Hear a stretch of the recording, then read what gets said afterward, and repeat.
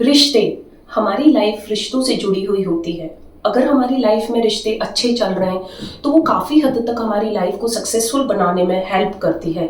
लेकिन अगर वहीं लाइफ रिश्तों में स्ट्रेस आ जाए या ज़रा सा भी खिंचाव आ जाए, तो इंसान उन रिश्तों से दूर भागने की कोशिश करता है। तो वर्तमान समय में आखिर रिश्ते बिगड़ते क्यों हैं? इन्हीं सब सवालों के साथ मैं रश्मि माहेश्वरी कॉस्मोस वैदिक वर्ल्ड में आपका हार्दिक स्वागत करती हूँ। और हमारे साथ चर्चा में जुड़े हुए हैं आचार्य शेखर। तो आचार्य जी, आज के समय में रिश्ते बिगड़ने का सबसे बड़ा कारण क्या है? देखिए, सबसे पहले ये समझें कि एक भौगोलिक स्थिति को पहले समझिए। जो रिश्ते हैं वेस्टर्न कल्चर में डिफरेंट हैं, ईस्टर्न कल्चर में डिफरेंट हैं। हम यदि अपने सिविलाइजेशन की बात करें तो 7-8 हज़ार साल के एविडेंस मिलते हैं, जिसमें हम एक स्टैब्लिश्ड जो सोशल इंजीनियरिंग थी उसके तहत हम अपना जीवन यापन कर रहे थे। अब यहाँ सबसे पहली बात समझने की ये है कि जो रिश्ते बिगड़ने का मुख्य कारण है वो क्या है। रिश्ते बिगड़ने का जो मुख्य कारण है वो है ओवर एक्सपेक्टेशंस एंड इंक्रोचमेंट। जब आप अपनी अपेक्षाएं, जो आपका टाइम पीरियड है, जो आपका एक दूसरे के साथ बिताया हुआ समय है, जब आप उस समय की डिमांड ज़्यादा करने लगते हैं तो वो एक्सपेक्टेशन आपके रिश्तों में खटास पैदा करती है, क्योंकि निश्चित तौर पे वो किसी और जगह का टाइम आपके साथ जो है वो बढ़ाएगा व्यक्ति। तो जो कहीं और से टाइम काट के आपके लिए बढ़ाया गया तो वो दूसरा काम चौपट हो जाएगा। इसके एग्जाम्पल के लिए समझिए, 24 घंटे हैं दिन भर में। उस 24 घंटे में एक स्वस्थ व्यक्ति को कहा जाता है कि 8 घंटे की नींद निकालना जरूरी है। तो 8 घंटे आपके चले गए सोने में। को समझिए इसको कि जीवन का 1/3 हिस्सा आपके सोने में चला जाता है। यदि आप वो नहीं सोते हैं तो उसका स्वास्थ्य पे विपरीत प्रभाव पड़ता है। तो 8 घंटे आपके स्वस्थ रहने के लिए सोना जरूरी है। अब आइए, बचे आपके पास 16 घंटे। इस 16 घंटे में आपकी जो प्रोफेशनल कंट्रीब्यूशन है, जो आप प्रोफेशनली अपना काम जो करते हैं उसमें जो आप समय स्पेंड करते हैं, वो लगभग 10 से 12 घंटे का होता है।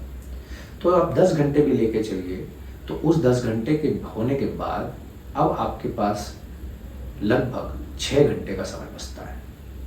अब इस 6 घंटे में आपको अपना परिवार भी संभालना है, आपको अपने रिश्तेदारी भी संभालना है, आपको अपने दोस्त भी संभालना है, आपको अपने आप को भी संभालना है। यहाँ पे बहुत ज़्यादा ध्यान देने वाली बात है कि यहाँ मैंने ये भी कहा, यहाँ अपने आप को भी संभालना है। जहाँ आपको अपने रिश्तों के साथ समय देने की ज़रूरत है, पति को पत्नी के साथ, पत्नी को पति के साथ, बच्चों के साथ, माता पिता के साथ, समाज के साथ, तो आप जितना कंट्रीब्यूशन करते हैं वो कंट्रीब्यूशन रिटर्न भी आता है। ये एक प्रकार की ऐसी प्रक्रिया है कि जब तक आप खेत में बीज नहीं लगाएंगे तब तक फसल नहीं आएगी। तो रिश्ते उन पौधों की तरह हैं कि जिनमें समय समय पे आपको पानी और खाद और आबो हवा आपको उसको देनी पड़ेगी। जब आप गौर करिए कि ये सारे काम जिम्मेदारियों के हो गए, तो जब आप जिम्मेदारी लेंगे तभी तो आप ये निभा पाएंगे। इसीलिए रिश्तों के लिए कहा गया है रिश्ते निभाए जाते हैं। लेकिन आज के समय में हो क्या रहा है, हम लगभग हर रिश्ते को अपने पर्सनैलिटी के हिसाब से उसको देखते हैं और उसको नियंत्रित करने की कोशिश करते हैं। हर एक व्यक्ति दूसरे व्यक्ति को बदलने में लगा हुआ है। मैं चाहता हूं कि मेरी तरह ही सामने वाला हो जाए। अब इमेजिन करिए कि कोई ऐसा गुलदस्ता है जिसमें एक ही कलर के फूल हैं, कोई ऐसा बगीचा है जिसमें एक ही तरह के फूल हैं, वो उतना सुंदर नहीं होगा। विभिन्नता जो होती है वही सौंदर्य का सबसे बड़ा कारण होती है। तो आपके आसपास यदि इमेजिन करिए कि जैसे मैं शेखर पांडे और मेरे आसपास सिर्फ शेखर पांडे की पर्सनैलिटी के लोग होंगे, तो क्या वाकई आपको लगता है जीवन सुंदर होगा? जीवन सुंदर नहीं होगा, जीवन दुखी हो जाएगा। आपका जीवन दुखों से भर जाएगा, क्योंकि आपको भी पता है कि आपके अंदर कितनी कमियां हैं। तो यहाँ महत्वपूर्ण क्या है कि रिश्ते निभते तब हैं, चलते तब हैं, स्ट्रेंथ तब बनते हैं जब हम दूसरे व्यक्ति को उसकी अच्छाइयों के साथ, उसकी कमियों के साथ भी आप उसको स्वीकार करें। और अभी क्या हो रहा है, क्योंकि मोबाइल का युग है, मोबाइल का युग मतलब कि कम्युनिकेशन इतना फास्ट हो गया है कि आदमी की अपेक्षाएं बहुत हाई हो गई हैं। आप किसी का फ़ोन मत उठाइए, किसी कारण से आप व्यस्त हैं तो दूसरी बार जब वो व्यक्ति फ़ोन लगाएगा और आपने उठा लिया तो देखिए एक सामान्य शब्द आएगा, आजकल तो तुम बहुत बिजी रहते हो, तुम्हें तो मुझसे बात करने का समय नहीं है। अब सवाल ये है यहाँ पे, क्या ये एक्शन वाजिब था? ये नियंत्रण था। इसी जगह पे आपको उस व्यक्ति को फोन ना उठाने पर यदि आप ये भेजें कि ईश्वर से कामना करता हूं कि सब कुछ अच्छा होगा, मैं आपको कॉल लगा रहा था बट आपका कॉल नहीं उठा, मैं ईश्वर से प्रार्थना करता हूं कि सब ठीक हो। अब यहाँ पे पहले वाले सेंटेंस में आप देखिए क्या हुआ, यहाँ पे आपका नियंत्रण जाहिर हुआ, और दूसरे वाले आप सेंटेंस में देखिए कि यहाँ केयर शो हुई कि हम आपकी चिंता करते हैं और हमें उम्मीद करते हैं सब ठीक होगा। ये किसी व्यक्ति को उसकी विपरीत परिस्थिति में यदि वो है किन्हीं कारणों से, तो ये बूस्टर का काम करता है। तो आप देखो कि अभी वर्तमान में क्या स्थिति है, किसकी संख्या ज्यादा है, जरा सी बात पे लोग नाराज हो रहे हैं, जरा सी बात पे दुखी हो रहे हैं, जरा सी बात पे रिश्ते तोड़ रहे हैं। क्यों तोड़ रहे हैं? क्योंकि आप रिश्ते निभाने के लिए तैयार नहीं। तो आज के समय में रिश्तों की तो परिभाषा भी बदल गई है, इसके बारे में आपका क्या कहना है? देखिए, रिश्ते की परिभाषा कभी नहीं बदली, उसका कारण समझिए, वो हमारी अपनी चाहते हैं, हमारी अपनी सोच है। आप एक व्यक्ति ने अपना जिम्मेदारी उठा ली कि वो अपना खाना पीना और जीवन जो दैनिक दिनचर्या है वो सब संभाल रहा है, तो अब विकल्प ये है कि ये तो आपको संभालनी पड़ेगी, क्योंकि यदि आपकी कोई और संभाल रहा होगा तो बेसिकली आप बीमार हैं, है ना। केयर किसको लगती है? अटेंडेंट किसको, अटेंडर किसको लगता है बीमार व्यक्ति को। तो वैसी जिंदगी भी है, जिंदगी में यदि आप अपने लिए कुछ कर रहे हैं तो ये कोई बहुत एहसान नहीं है आपका समाज पे, ये कोई एहसान नहीं है परिवार पे कि आप अपने लिए कुछ कर रहे हैं। बड़ी बात यह है कि आप अपने करने के साथ अपने परिवार के लिए भी कर रहे हैं। अब ये जिम्मेदारी आ गई। परिवार छोड़िए, कुछ लोग ऐसे हैं जो पूरे कुटुंब और खानदान के लिए करते हैं, सोचते हैं, तो ये और बड़ी जिम्मेदारी आपने उठा ली। कुछ ऐसे भी हैं जो संपूर्ण प्रदेश और राष्ट्र और संपूर्ण विश्व के बारे में चिंतन करते हैं। तो यहां देखिए, जिम्मेदारियों का दायरा बढ़ता चला जा रहा है। जितना छोटा और संकीर्ण आपका दायरा होगा, आपके रिश्ते उतने कमजोर होंगे, और जितना दायरा असीमित होगा तो ऐसे लोग भी होंगे, जैसे फॉर एग्जाम्पल कोई व्यक्ति पूरे राष्ट्र के बारे में बात कर रहा है, आप उससे कभी नहीं मिलते, लेकिन उसकी सोच, उसकी जिम्मेदारियों को लेने के कारण आप उसके प्रति क्या भाव रखते हो कि ईश्वर इसको खूब आगे बढ़ाए, ईश्वर इसके लिए सारे रास्ते खोल दे, जबकि आप उससे मिले नहीं हैं, आपका कोई रिश्तेदार नहीं। क्यों हो रहा है? It is just because of responsibility. तो रिश्ते आप चुनते हैं, आप किसको जब बर्दाश्त करना चाहते हैं और किसको नहीं करना चाहते। जैसे आप देखें ना, कई बार होता है कि एक छोटा सा एग्जांपल लीजिए कि आपके अपने बच्चे में 10 कमियां होंगी, लेकिन वो आपको नहीं दिखती। दूसरे के बच्चे में एक कमी भी हुई, वो आपको दिखती है और आप उसको पिंच करते हैं, उस बात को उठाते हैं, हाईलाइट करते हैं। अब यही दोनों बच्चे जब स्कूल जाते हैं तो टीचर्स को पता होता है कि कौन बच्चा कैसा है, कितने मार्क्स किसके हैं बिहेवियर पे। तो वो इसलिए क्योंकि वो बायस्ड नहीं है। तो रिश्ते हमेशा जो है वो कहीं ना कहीं आज के समय में बायस्ड होते चले जा रहे हैं, और इसीलिए आदमी को ज्यादा दुख हो रहा है और इसीलिए रिश्तों में बिखराव आ रहा है। तो क्या कॉम्प्रोमाइज ही रिश्तों का दूसरा नाम है? हाँ, बड़ा अंग्रेजी का बड़ा खतरनाक शब्द है कॉम्प्रोमाइज। यहाँ असल में बात को ये समझना होगा, कॉम्प्रोमाइज जो है वो एक नेगेटिव स्टेट है, नेगेटिव स्टेट ऑफ माइंड है। कॉम्प्रोमाइज का मतलब होता है कि हम कर तो सब रहे हैं लेकिन दुखी हैं, राइट। तो एक वर्ड है जो एक्सट्रीम नोड पे आता है, कॉम्प्रोमाइज, और एक वर्ड है जो एक्सट्रीम नोड पे आता है, दैट इज सैक्रिफाइस, है ना। इन दोनों के बीच में एक वर्ड आता है, वो कहलाता है एडजस्टमेंट, राइट। तो जो एडजस्टमेंट है उसमें आप दुखी भी नहीं होते और आप बहुत प्रसन्न भी नहीं होते। तो योगिक कल्चर में या वैदिक कल्चर में इसको कहते हैं कि भावातीत अवस्था है, कि आप भावातीत अवस्था में। तो जो एडजस्टमेंट वर्ड है वो बेसिकली भावातीत अवस्था है। भावातीत अवस्था का मतलब होता है भाव के परे निकल जाना, कि कोई व्यक्ति मेरा ऐसा है, मेरे साथ रहता है परिवार में, मेरे सर्कल में, कि जो मुझे पसंद नहीं है, उसकी आदतें मुझे पसंद नहीं, फिर भी वो मेरे साथ रहता है, या मैं कहूँ कि मैं उसके साथ रहना पसंद करता हूँ। कोई ऐसा भी होगा जो आपको बहुत पसंद है क्योंकि वो आपकी तरह सोचता और काम करता है, तो उसके साथ भी आप रह रहे हो। तो आप देखिए कि आप नेगेटिव फोर्सेस और पॉजिटिव फोर्सेस के बीच में न्यूट्रल फॉर्म में, है ना, एक इलेक्ट्रॉन है जो नेगेटिव फॉर्म में है, एक प्रोटॉन है जो पॉजिटिव फॉर्म में है, लेकिन आपने अपने आप को न्यूट्रल फॉर्म में रखा हुआ है, न्यूट्रॉन की तरह। तो न्यूट्रॉन एक ऐसा है जो इलेक्ट्रॉन के साथ भी रह रहा है और प्रोटॉन के साथ भी रह रहा है। तो जब आपके अंदर ये अवस्था आ जाती है तो ये अवस्था आपके रिश्तों को बेहतर बनाती है। तो आज के समय में हमको तो ये भी नहीं पता कि love, attraction, affection and infatuation में क्या अंतर है। मान लीजिए कि दो लोग हैं, वो लव रिलेशन की बात कर रहे हैं आपस में, तो ये कैसे पता चले कि वो जस्ट इन्फैचुएशन है या अट्रैक्शन है या लव है? हाँ, ये 4 शब्द जो हैं ये बड़े महत्वपूर्ण हैं। उम्र के अलग अलग पड़ाव होते हैं, साइकोलॉजी में भी इसको पढ़ाया जाता है, और उसके इम्प्रेशन और उसके इफ़ेक्ट्स जो है वो उस उम्र के कारण, उस उम्र में होने वाले जो हार्मोनल चेंजेस होते हैं उनके कारण वो उसका रिफ्लेक्शन देखने में मिलता है। जब एक बच्चा अपने एडोलसेंस एज में एंटर करता है तो जो हार्मोनल चेंजेस होते हैं उन हार्मोनल चेंजेस के कारण विपरीत लिंग की तरफ, अपोजिट सेक्स की तरफ उसका आकर्षण बनना एक स्वाभाविक प्रक्रिया है, ये उसका नेचुरल राइट है। अब यहाँ पे जब ये संबंध बनते हैं या ये इन्फैचुएशन आता है तो ये इन्फैचुएशन को लव समझ लेने की भूल करते हैं बच्चे। उनको क्योंकि पता नहीं ना लव क्या है, तो उनको यही लव समझ में आता है कि यही तो लव है, तो वो लव नहीं है, वो एक इन्फैचुएशन का पीरियड है जो लगभग आपका 13-14 साल से लेकर 18 साल तक चलता है। 18 साल का जब वो बच्चा हो जाता है तो 18 साल के बाद इन्फैचुएशन का जो नेक्स्ट फेज है वो आता है अट्रैक्शन का। अट्रैक्शन मतलब आकर्षण।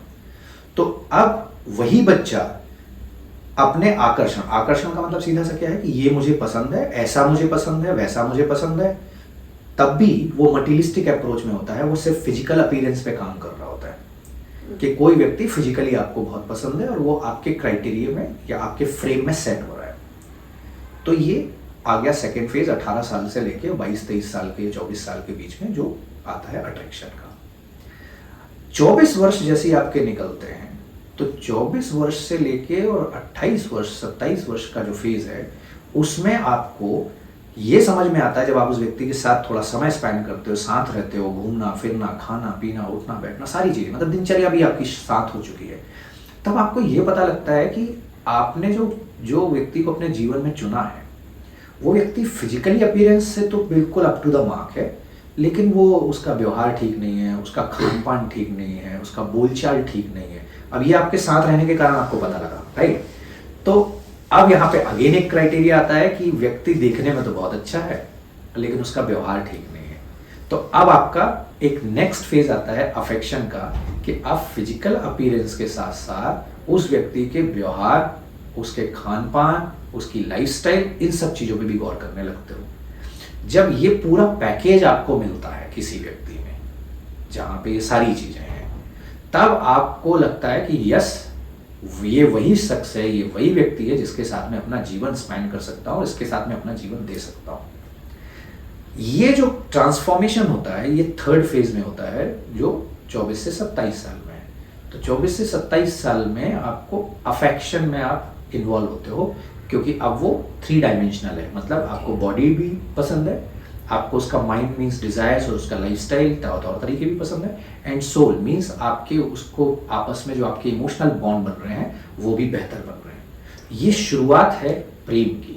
अफेक्शन में जैसे आप एंटर करते हो और उसमें कुछ दिन बिताते हैं, तब उसके बाद आपको समझ में आता है कि प्रेम की शुरुआत हो रही है। अब प्रेम शब्द को आप समझिए। प्रेम एक ऐसी चीज है जिसमें कुछ मांगा नहीं जाता, प्रेम में सिर्फ दिया जाता है। एक कहावत है, ऐसा एक स्टेटमेंट है कि प्रेम करने वाला हमेशा ठगा गया। ठगा गया मतलब वो ठग के भी खुश होता है। कारण ये है कि जैसे एक पिता अपनी संतान से प्रेम करता है तो वो उससे हारने के लिए तैयार बैठा है, कि वो हमेशा एक पिता ये सोचता है कि मेरी संतान मुझसे आगे निकले। अब ये प्रेम है। प्रेम में हार होती है, प्रेम में जीत नहीं होती। और बाकी जो पीछे के आपने 3 फेज देखे हैं, जो इन्फैचुएशन का है, अट्रैक्शन का है और आपके अफेक्शन का है, इसमें कहीं ना कहीं एक कंपटीशन चल रहा होता है, इसमें चाहते चलती हैं, डिमांड्स चलती हैं। लेकिन प्रेम कैसा है? प्रेम में आप सिर्फ दे रहे होते हो, तो ऐसा कि देने के बाद भी आप ठग चुके हो लेकिन इमोशनली, लेकिन आप ठगा महसूस नहीं करते, आप उसमें भी आनंदित होते हो। तो प्रेम एक बहुत बड़ा शब्द है, उसको बहुत छोटे तौर पे समझना या उसको बहुत कम समय में समझना मुश्किल है। ये जीवन के साथ अलग अलग फेजेस में आता है और जब आता है तो फिर वो जाता कहीं नहीं। तो आज की भागती दौड़ती ज़िंदगी में हम लोग टेक्नोलॉजी एंड सोशल मीडिया से भी काफ़ी इन्फ्लुएंस में हैं, तो आपको क्या लगता है कि ये भी एक बहुत बड़ा रीज़न है रिश्तों के दूर होने का? हाँ, रिश्तों में जो अवरोध उत्पन्न हो रहे हैं, जो आपस में जो परिस्थितियाँ आप देखिए कि बिगड़ रही हैं दिन पे दिन, उसमें टेक्नोलॉजी को हम एक कारण मान सकते हैं। उसका कारण ऐसे समझिए कि आप जो आइसोलेशन में समय बिताते हैं, वो आइसोलेशन में जब आपको आत्म साक्षात्कार अपने बारे में जानना चाहिए, तो व्यक्ति उस समय पे इंटरटेनमेंट में लगा हुआ है। अब यदि आप अपने किसी एक परिवार के व्यक्ति के साथ बैठे हैं और उस समय वो व्यक्ति या आप बैठ के सोशल मीडिया पे आप जो है लगातार एक्टिव हैं, तो आप देखिए आप भीड़ में होते हुए भी एकांत में हैं, परिवार में होते हुए भी आप आइसोलेट हैं। आइसोलेशन में जो आपको करना चाहिए, आइसोलेट एक जो लाइफ है, थोड़ा सा 1 घंटे 2 घंटे का समय अपने लिए निकालना चाहिए। वो समय पे आप ये काम कर रहे हो, दैट इज ओके। लेकिन जब आप परिवार के साथ हो, जब आप अपने बेटर हाफ के साथ हो, जब आप अपने कंपेनियन के साथ हो, उस समय पे ये चीजें दूसरे व्यक्ति को इग्नोरेंस फील कराती है। उनको ऐसा लगता है कि आपको हमारी वैल्यू नहीं है, हमारे लिए टाइम नहीं, हमारे लिए आपके पास टाइम नहीं है। तो यही सारी चीजें आप देखिए धीरे धीरे कड़वाहट पैदा करती है। अब यहाँ एक घटना घट रही है डिटैचमेंट की, कि आपस में अब डिटैचमेंट स्टार्ट हो रहा है। उसी समय पे यदि कोई अन्य व्यक्ति उस व्यक्ति को समय देने लगे, केयर देने लगे, आपस में बात करने लगे, तो आप देखिएगा उसका आकर्षण उसकी तरफ चला जाएगा। तो रिश्ते में वो आ गया बिखराव। दैट इज ओनली अट्रैक्शन ना, दैट इज नॉट लव। नहीं, यहाँ मैंने आपको बताया कि लव को तो परिभाषित करना इतना सरल है ही नहीं, क्योंकि यहाँ तो देने की बात है। लेकिन जीवन में आप जैसे कह रहे हैं ना, 10वीं का एग्जाम के बाद आप 12वीं का, फिर 12वीं के बाद ग्रेजुएशन, ऐसे चलता है ना प्रोसेस। तो ठीक यहाँ ऐसा है कि आपको इन्फैचुएशन के दौर से गुजर के आपको अट्रैक्शन में उतरना पड़ेगा, अट्रैक्शन के बाद आपको अफेक्शन में उतरना पड़ेगा, और इससे होने वाले खट्टे मीठे जो अनुभव हैं आपके, वही आपको वास्तविक प्रेम की तरफ ले जाएंगे। और जब मैंने आपको पहले भी कहा कि प्रेम एक ऐसी चीज है जहां किसी व्यक्ति की अच्छाइयों के कारण आप उसको स्वीकार नहीं करते हैं, आप उसकी अच्छाइयों, उसकी जो स्ट्रेंथ है, उसके साथ उसकी वीकनेस को भी एक्सेप्ट करते हैं, तब इसका मतलब आप प्रेम में चले गए। लेकिन जो दिनचर्या है, जो जीवन है, उसमें डिसिप्लिन, पुराने समय में कहते थे कि आत्म अनुशासन जरूरी है। आत्म अनुशासन का क्या मतलब? आत्म अनुशासन का ये मतलब है कि आज यदि मुझसे कोई व्यक्ति मेरे घर मिलने आता है, तो वो किसी ना किसी कारण से मेरे पास आया है, कोई ना कोई कष्ट है, वो मेरा प्रिय व्यक्ति है। अब उसकी मैं सुनने की बजाय यदि मैं बैठ के सोशल मीडिया पे बात को कर रहा हूँ, कुछ देख रहा हूँ, कर रहा हूँ, और फिर मैं उसके तरफ भी ध्यान दे रहा हूँ, तो मुझे नहीं लगता कि वो व्यक्ति अपनी आपके साथ पूरी निष्ठा और प्रेम के साथ अपनी बात, अपनी तकलीफ रख पाएगा। तो कहीं ना कहीं आप देखिए, ये भी डिसिप्लिन में होना चाहिए कि हमें कब गैजेट्स का यूज करना है, कब नहीं करना है। जैसे मैं आपको बताऊं कि मैं अपनी पोस्ट मैरिज काउंसलिंग जो मैं करता हूं, उसमें मैं एक टूल अडॉप्ट करता हूं। वो टूल ये है कि जब बेडरूम में जाओ आप बेडरूम में तब तक मत जाओ जब तक आपको अपना सोशल मीडिया पे और ये सारी चीजें आपको गैजेट के साथ करनी है, आप मत जाइए बेडरूम में। लेकिन आप बेडरूम में जाके गैजेट्स का इस्तेमाल मत करिए, क्योंकि बेडरूम में आप जैसे ही गए तो आपका कंपेनियन अब आपसे कुछ एक्सपेक्ट कर रहा है। वो चाह रहा है कि वो आपके साथ एक अच्छी नींद निकाले, वो आपके साथ संतोष के साथ जो है अपना 8 घंटा निकाल ले, और उस दौरान आपका ये मोबाइल चल रहा है। तो मैं ये टूल अडॉप्ट करता हूँ, अपने क्लाइंट्स को भी कहता हूँ कि आप करिए, और इसके आश्चर्यजनक परिणाम है। जैसे ही आप उससे उस समय जो आपका एक क्वालिटेटिव टाइम है, उससे आपने अपने गैजेट को बाहर कर दिया, तो स्वाभाविक है कि आपके जीवन में रिश्ते बेहतर हो जाएंगे। और यहाँ एक बात और समझने वाली बात है, आप जब नहीं थे दुनिया में तब भी दुनिया चल रही थी, आप जब हैं तो भी दुनिया चल ही रही है, और आप जब नहीं रहेंगे तो भी दुनिया चलेगी। तो इतना ओवर थिंकिंग और इतनी ओवर रिस्पॉन्सिबिलिटी की रिक्वायरमेंट नहीं है जितनी हम ले लेते हैं। तो आप हमारे दर्शकों को क्या सुझाव देना चाहेंगे, क्या एडवाइस करना चाहेंगे जो कि रिलेशनशिप इश्यूज से स्ट्रगल कर रहे हैं, चाहे वो पेरेंट्स से रिलेटेड हो, चाहे वो मैरिड लाइफ से रिलेटेड हो, या फिर दोस्ती से रिलेटेड हो? देखिए, किसी भी दो रिश्ते में सबसे बड़ी चीज होती है एक्सेप्टेंस। जब आप किसी व्यक्ति के साथ रहना चाहते हो, तो मैंने आपको बोला कि आप 10 बहाने ढूंढते हो उसके साथ रहने के। तो सबसे पहले अपने आप से ये पूछिए कि क्या वाकई आप उस व्यक्ति के साथ रहना चाहते हैं, एक चीज। दूसरा, एक जो सबसे बड़ी तकलीफ है, जो सोशल इंजीनियरिंग में परेशानी आती है, हम एक ही व्यक्ति में सारी चीजें चाहते हैं। हम चाहते हैं कि हमें एक ऐसा पार्टनर मिले जो बहुत पढ़ा लिखा हो, हम चाहते हैं कि वो बहुत क्वालिफाइड भी है और बहुत जो है वो अर्निंग भी अच्छी करता हो, उसका सोशल स्टेटस भी बहुत स्ट्रांग हो, उसका इमोशनल पार्ट भी बहुत स्ट्रांग हो। तो ये एक व्यक्ति के साथ अन्याय है।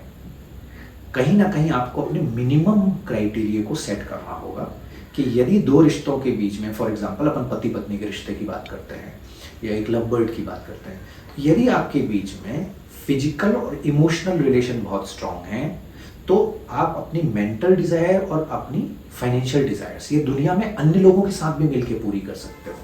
क्योंकि भारतीय जो सामाजिक ताना बाना है उसमें पति पत्नी के बीच में इमोशनल और फिजिकल बॉन्ड बहुत स्ट्रांग होने चाहिए। भले ही वो दो रिश्ते आपके कमजोर हो रहे हो, तो आपने दो लोगों का या दो लोगों के बीच में जो रिश्ता बन रहा है उसमें आपने किसको इंपॉर्टेंस दे दी? इमोशनल इश्यूज को एंड फिजिकल इश्यूज को या फिजिकल कंपैटिबिलिटी को। आपने 4 को नहीं दी। तो जब आप 2 मतलब मिनिमम क्राइटेरिया में आ गए, तो जब आप मिनिमम क्राइटेरिया में चल रहे हो तो आपको खुशियां मिलेंगी। और जब आपकी मैक्सिमम क्राइटेरिया की एक्सपेक्टेशंस होंगी तो इस दुनिया में संपूर्ण तो कोई है ही नहीं। हर किसी को मुकम्मल जहां नहीं मिलता, किसी को जमीन तो किसी को आसमान नहीं मिलता। तो आप क्या कर सकते हैं उस पर चिंतन करें, हम क्या कंट्रीब्यूट लाइफ में कर सकते हैं वो चिंतन करें, और आपस में बैठें, चर्चाएं करें अपने जीवन को बेहतर बनाने के लिए। और चर्चाओं में एक्सपेक्टेशन की बात ना करें, उसमें ये बात करें कि मैं ये कंट्रीब्यूट कर सकता हूं, तो मैं इस काम में ये कंट्रीब्यूट करने तैयार हूं, तुम्हें ये करना चाहिए, ये चर्चा नहीं, मैं इस काम को निभा सकता हूं, मैं ये कर सकता हूं। तो जैसे आप कंट्रीब्यूट करने लगोगे तो लाइफ आपकी एक खूबसूरत लाइफ बन जाएगी। तो अपनी इस चर्चा से मुझे इतना तो समझ आया कि रिश्ते कॉम्प्रोमाइज का नहीं, निभाने का दूसरा नाम है। अगर आपको हमारा ये वीडियो पसंद आया हो तो please share with your family and friends, ताकि वो भी इसका लाभ ले सकें। और हमेशा की तरह अपने सुझाव, विचार और सवाल हमारे कमेंट सेक्शन में हमें भेजते रहें। और please don't forget to like and subscribe our channel Cosmos Vedic World. Thank you.